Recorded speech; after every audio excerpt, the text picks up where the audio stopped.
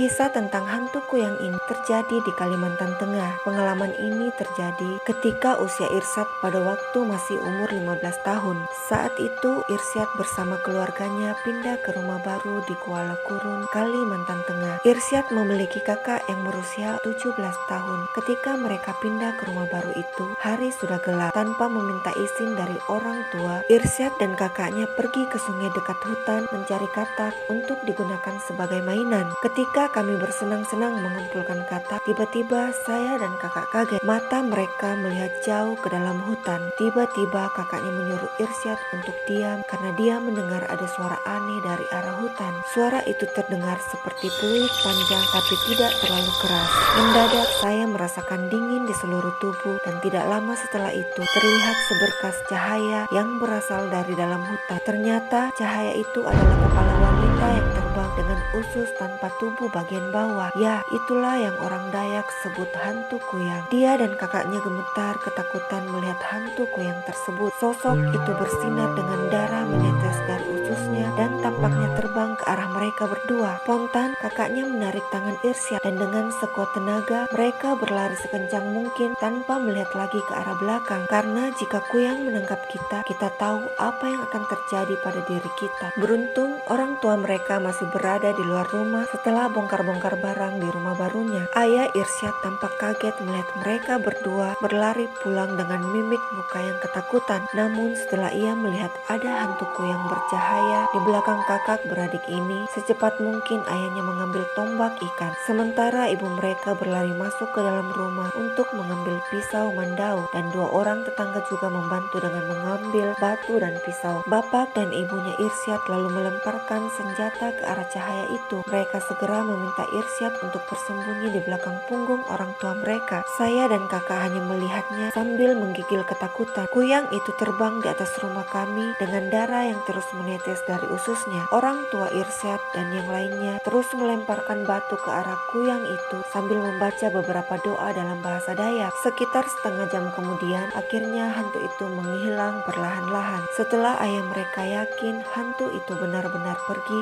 semua masuk ke dalam rumah dan mengunci setiap jendela dan pintu. Sejak kejadian itu, saya dan kakak tidak pernah bermain ke hutan pada malam hari lagi karena masih trauma hingga saat ini. Sosok putih bercahaya merah berkelebat membuat geger warga. Warga sekitar meyakini jika itu adalah sosok makhluk halus berwujud kepala terbang yang dikenal dengan sebutan kuyang. Makhluk perwujudan kepala manusia dengan isi organ tubuh menggelantung. Puluhan bahkan ratusan orang dewasa, baik laki-laki atau perempuan, sontak mencari dan mengejar makhluk yang terbang di dalam gang ini. Selain penasaran akan wujud makhluk jadi-jadian yang menampakkan wujudnya pada malam Senin Kliwon itu, warga juga mengaku resah dan ingin menangkap sosok gaib ini. Sejumlah tempat yang diyakini sebagai wadah persembunyian si hantu kuyang didatangi warga. Bahkan kolong rumah warga pun tak luput dari perhatian. Pencarian dilakukan berbekal senter warga menyorot ke kolong rumah, termasuk ke arah suara kuyang yang terbang ke pohon kelapa dan pisang tengah gang.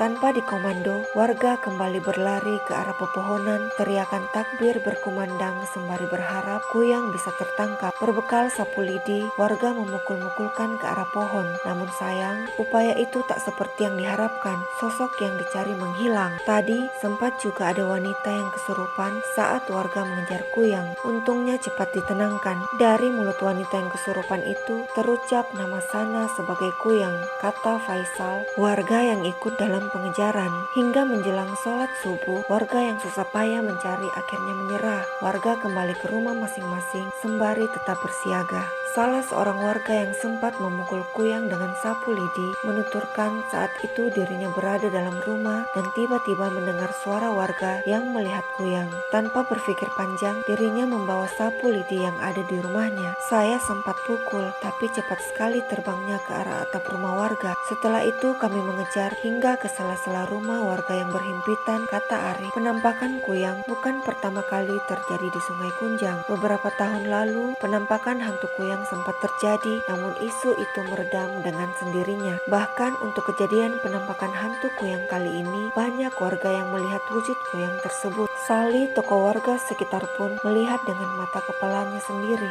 Sali menduga penampakan hantu kuyang kali ini lantaran di pemukimannya banyak ibu hamil dan wanita yang mungkin tengah menstruasi. Sebab sepengetahuannya, darah merupakan makanan kuyang. Itu juga sebagai syarat mereka mencapai keinginannya dari menuntut ilmu hitam tersebut. Sekitar pukul 17.15 WITA, ada ibu yang baru melahirkan. Mungkin itu juga yang menjadi sasarannya, ungkap Sali. Warga percaya hantu kuyang merupakan manusia terjerumus ilmu hitam demi mencapai hidup abadi. Adapun yang mendapatkan ilmu hitam tersebut dijanjikan kekayaan dan kesaktian. Warga yang kala itu panik pun sempat mencurigai seorang wanita yang kerap mondar-mandir tiap dini hari di pemukiman padat penduduk tersebut. Penampakan wanita itu bahkan sempat terekam kamera CCTV Sabtu lalu. Namun, warga tidak berani mengambil tindakan karena tidak memiliki bukti yang kuat. Sebab berdasarkan cerita yang didapatkan, sosok kuyang kembali menjadi manusia saat siang hari. Kalau kita langsung menunjuk tanpa adanya bukti, meskipun ada rekaman CCTV itu imbuhnya. Untuk itu, Sali meminta warga agar lebih waspada atas teror hantu kuyang tersebut. Terlebih sepengetahuannya, terdapat 5 ibu yang tengah hamil di pemukimannya itu. Kejadian ini dialami seorang pria bernama Doni. Doni yang lahir dan besar di Kalimantan Timur cukup mengetahui tentang perkara tentang hantu kuyang. Kuyang sendiri dipercaya sebagai makhluk halus berwujud kepala dengan organ tubuh yang menggantung yang pada malam hari berkeliaran mencari mangsa,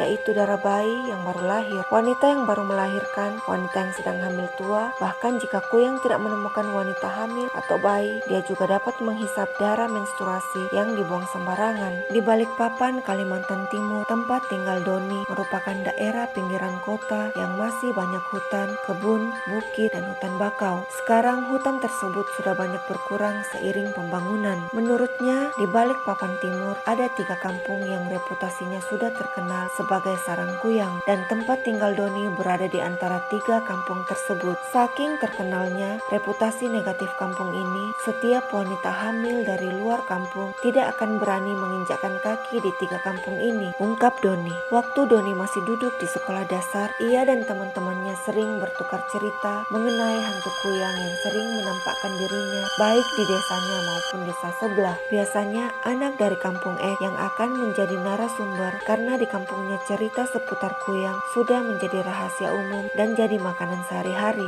Seiring saya tumbuh besar, saya berpikir bahwa cerita-cerita teman SD saya itu hanyalah mitos dan isapan jempol belaka, layaknya cerita hantu di WC sekolah ataupun cerita horor khas bocah SD lainnya. Meski awalnya menolak mentah-mentah, namun Doni akhirnya mengalami dan menyaksikan sendiri kejadian di luar nalar tersebut. Beberapa kejadian di antaranya yaitu ada suami istri perantau dari Jawa yang mengontrak di kampung Doni. Saat itu istrinya sedang hamil, namun tetap harus bekerja sebagai SPG di mal. Sebenarnya warga kampung sudah memperingati agar tidak sering pulang malam apalagi sendirian, tapi dia tidak menghiraukannya. Sampai suatu malam, wanita tersebut harus pulang lewat jam 11 malam dan melewati kebun kelapa sebagai jalan pintas. Keesokan paginya, dia mendapati perutnya sudah kempes seperti biasa dan setelah diperiksa tidak ada janin di dalamnya. Ada juga seorang ibu hamil yang kebetulan kakak ipar teman saya. Dia pergi untuk berbelanja di pasar malam yang diadakan di lapangan kampung Tetapi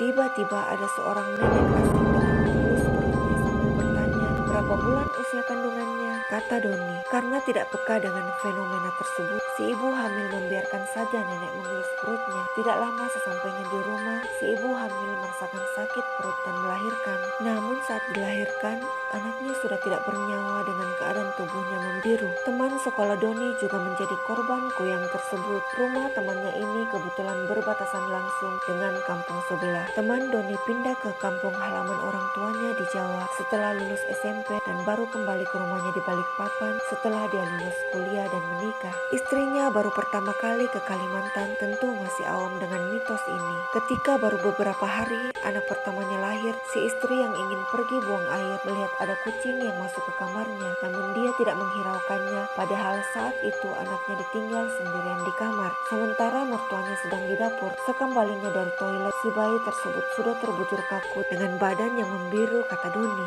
Dari 3 kasus di atas, mungkin bagi tenaga medis ada penjelasan secara ilmiah dan masuk akal. Tapi bagi mayoritas warga di sini, hal itu adalah karena serangan kuyang, tambahnya.